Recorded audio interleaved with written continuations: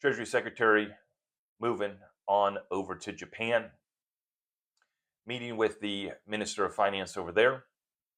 Says he was pleased to reaffirm the strong economic partnership between the United States and Japan. The level of communication and coordination between our teams in addressing undesirable excess volatility in currency markets continues to be constant and robust. I congratulated the minister on Japan's strong economic resiliency, and we held positive discussions on the US Japan investment agreement, our shared efforts on critical minerals, and the United States support for Japan as it works to build an investment screening mechanism.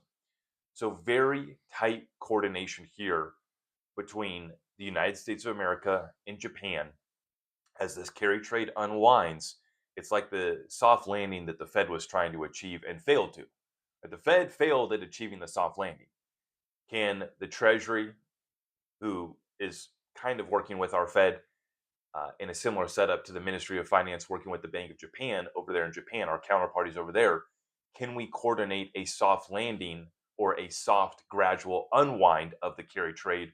Or is it going to unwind too aggressively and basically blow everything up? That's what we're watching. Now, at the Bank of Japan April meeting, the minutes are coming out and there's opinions calling for early rate hikes.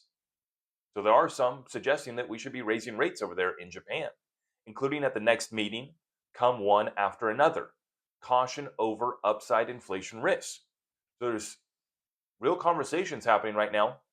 Some people have already said that they should have gotten ahead of this. And in my opinion, they haven't had to get in front of this yet with the Bank of Japan having to raise rates because the market's doing it for them. Let's take a look here at the 10-year bond on the JP 10-year at its highest levels this century, basically in the past 30 years. You got to go back to 99 to see when the JP 10-year traded at this level, up at 2.5%. When you extend out the duration, you're up to 3.4% on the 20-year, and you're up over 4% on the 40-year.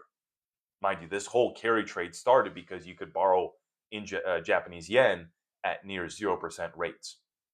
That's not the case anymore. And so this is unwinding that carry trade, and you're starting to see this is what's causing the sell-off in the U.S. Treasuries as well.